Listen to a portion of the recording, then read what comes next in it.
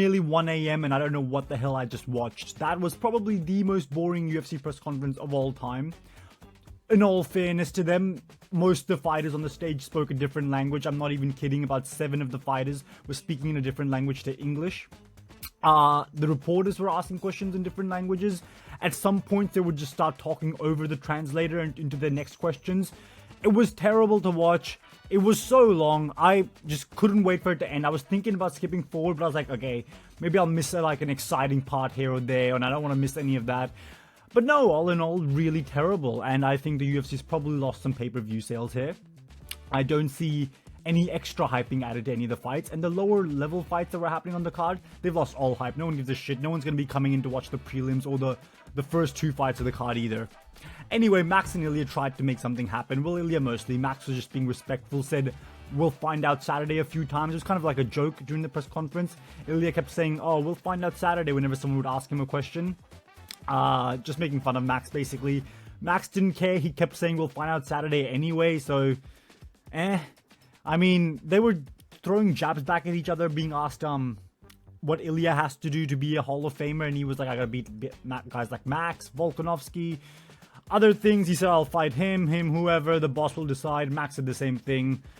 At the end of the conference, the last question was from this kid, and this kid's last question was, Max, who are you gonna fight next after you beat Ilia? We ended on that. Max said, I don't know. We'll see what happens. We'll see what the boss decides. Honestly, Ilia should have just got up and booted that kid in the face, to be honest. Because that kid, after the press conference we had, that kid was the last thing I wanted to fucking look at. You know what I mean? Anyway, Ilia Topuria said some stuff. They had got into a bit of a verbal exchange halfway through when Max said Ilia doesn't deserve the point to the ground spot, and Ilia just got in and Max was just like, oh, let me talk please. And then to end it all, Max was like, okay, see, I let you talk like an adult. Then said nothing else, and then it just ended there. Yeah, so Max and Ilia, they went back and forth. Ilia was asked about Max saying that he just wants to be Conor, is acting like Conor. Whatever, you know, and he was like, no, he wants to be like me, he's fighting for the belt, I'm the champion, and all that stuff. It was just the same stuff. Ilia was a little bit more, prick-worthy in this conference as opposed to before. He did show some respect to Max Holloway at points, but then at other points he would just trash him. I want Ilia to win, and I think his trash talking isn't actually too bad considering this is his like 3rd or 4th language, but all in all, who cares? Khamzat and Robert Whittaker did not get up to much, I would say. Did not get up to much. Robert said he wants to stop the wrestling. He says Khamzat might be a really good wrestler. He was asked how good he thinks Khamzat is. Thinks he's good. Wants to stop the wrestling. Wants to have the fight go his way. Wants to bring the fight to Khamzat. The normal stuff. Khamzat. Respectful all of a sudden.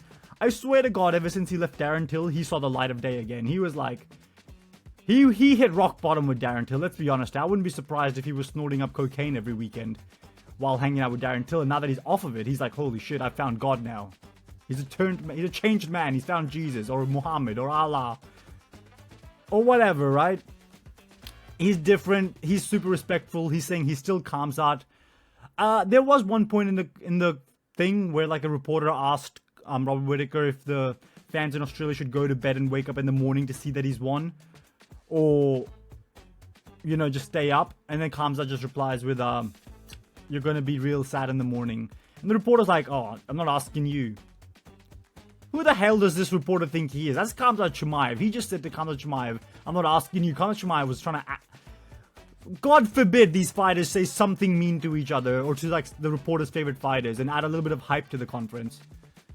This reporter wanted to shut that stuff down, but thankfully Khamzat replied with, go back to Australia. He said, shut the F up to him. He's like, Abu Dhabi, stand up. Like, come on. You know, like, drown him out. They obliged, and that was this conference for most part. Robert Whittaker wants to bring the fight to him. I can't remember anything else. It's just late at night, and I was watching this. I had to make these thumbnails, and I was just, ugh. It was a struggle. It was a mental battle. And then, let's get into what the reporters were asking. I swear, I'm not exaggerating. You might be thinking, oh, he's just saying 3, 4, 5, 6. It was genuinely 5 or 6 times the different reporters asked, when are you coming back to Spain? Or asked him how often they'll be coming back to the Middle East. or asking Dana White if they can shake his hand. One of the reporters genuinely, it wasn't even a reporter, it might have been a fan actually. He was asking Dana, so can I shake your hand? Like, you're a great man. Like, this entire crowd just sucking Dana White's cock the entire time, I felt like. This one fan was like, we love you, Dana, you're the best boss in the world, you do so much good for the fighters. And then he's like, when are you coming back to Russia? And Dana's like, oh, well, we'll come back when we come back, basically. 3 different points they asked him if he's coming back to Spain. Then asked him what arena he's coming back to. And then a different reporter is like, are you coming back to Barcelona or this other place? And Dana just literally goes off the stage, asks someone, where are we going again? Comes back and replies with Barcelona or some other place. I don't remember, okay? Forgive me. I was fighting back sleep. My eyes were shutting. I was fighting back. I don't know what it is. The demons, honestly, at this point. Freddy Krueger was about to enter my dreams. It was brutal. And these media members, they keep asking about where they're going to go. I don't get it. Why don't they just wait? Or like schedule a meeting with Dana White or like an interview or something like that and ask him all these questions at once. Like, Dana White should have a specific interview on the week of the pay-per-views where it's just him, a bunch of fans, and they can only ask Dana White questions, and then come press conference time, Dana White gets 0 questions. If he gets asked a question, he just says, next. Just skip them. I don't care if they're a kid or whatever. Just skip them. Get them out of there. No one cares. And then some other reporter was like, are you coming back in summer? And then Dana was like, I don't know if it's summer or if it's some other time. And that made up almost a quarter of the press conference. This stupid ass questions. And this was the worst than any other one. I know they do this a lot and they ruin press conferences, these reporters and these fans. This was worse. This was the worst one they've ever done. 5 or 6 times they asked him if they're going back to Spain or Abu Dhabi or just straight up sucking his cock. Or asking to like shake his hands. All these stupid things that I had to sit through. I was expecting like maybe Kamzad will say like, you know, like sometimes Kamzad like it's a bit intense. Smacks the microphone down onto the table. Says, I'll smash everybody. Didn't even get one of those. Didn't even get a smash everybody, brother. Got nothing. Ilia, Topuria, Max, it was kind of mild compared to what they did in their face-to-face. Not nearly as interesting. I mean, Max seemed kind of bored, honestly. Like, Max didn't seem anything other than just bored, and he was just, like, yawning at one point. Like, you could see, like, a frame of him, like, just yawning. Like, he's got somewhere better to be. Which probably he did, to be fair. Like, no one wanted to be at this press conference, including me. The highlight of the press conference, this wholesome moment, this guy comes onto the mic and he's like, Dana, he didn't do that. He spoke English, but at some points he got confused and some guy didn't translate for him, okay? And the reason I'm saying that is because I'm not joking when I say this. 6 of the 7 fighters were speaking in a different tongue for the majority of their mic time. Like, about 30% was in English and 70% you needed subtitles. Because even the translator was getting drowned out by these dumb reporters when they just kept drowning him out. They just kept talking over him, asking the next question before he even finished translating. And sometimes he wouldn't even translate what the reporter said, or like once at least. And we had no clue what he just asked until after it was just a mess. Anyway, he was like, I'm a fighter then, I'm 9-0, I'll fight in the lightweight division.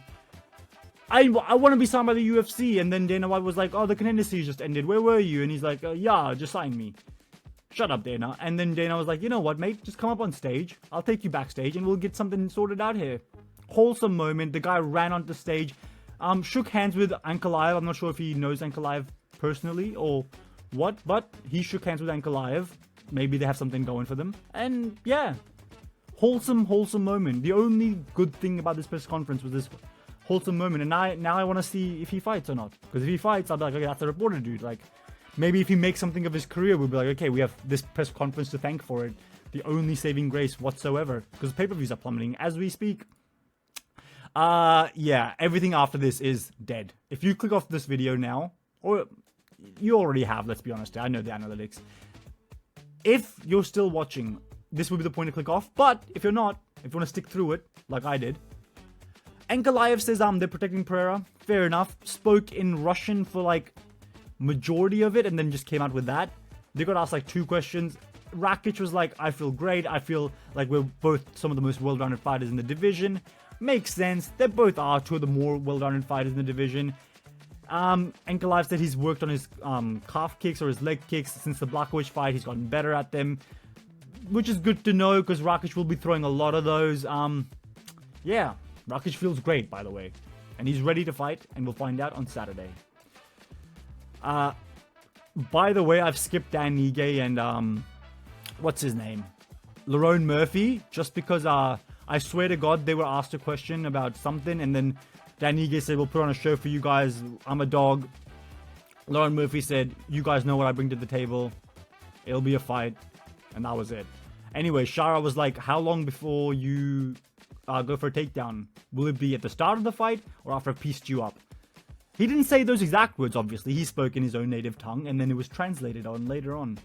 Petrosian said something which I've completely forgotten. And while I was making this thumbnail, I was thinking to myself, I was like, hey, should I go back and watch this? Like, find this specific question and find out what Petrosian said? And I just thought to myself, no. Just no. I'm just not going to do that. I'm sorry. If you don't think I'm going to give you an in-depth enough breakdown, just watch the press conference yourself. It's way more boring than the video I'm about to put up. And my video is going to be half the time, and I've basically summarized everything. Plus, I've added a little bit of human touch to it, you know what I mean? But anyway, that was that. I don't think there's another slide after this that I'm know of. That was the press conference, and then Dana White finally mercifully ended the press conference. I swear to God, this went longer than it should have. The last 3 questions were literally, can I shake your hand? Will you come back to Russia? And the kid being a dickhead, honestly. Being like, Max, who are you fighting next? And then Max didn't even give a Max didn't even, give the kid a freebie. He didn't even go like, you know what, Volkanovski, or maybe I'll fight Dustin Poirier, maybe it's Ilia. Didn't even give him any names, just said, give it to Dana. And that was it. And that was the end of all of this. I didn't watch the face-offs because I was just like, okay, let's get this video up, let's get it out of the way, and I'll watch the face-offs right after I finish uploading this. While this video is getting rendered, I'll watch the face-offs. UFC 308 has lost pay-per-views. No, one more thing, I almost forgot. Dana White was asked if he's going to come back to... If he should come back... Dana was told, basically, why aren't you coming back to the Middle East more often, like 3 to 5 times. That's it. That's all we're getting, 3 to 5 times. And then Dana apparently says we're coming back more often in the future. Apparently, they're planning on doing more pay-per-views, more fight nights, which just means later start times for me, which means I'll be ruining my sleep schedule in the near future. I don't get why. Why can't we just go back to some countries that we haven't been to in a while? Norway, Finland, Switzerland, Sweden with Kamzat in the main event? What's happening?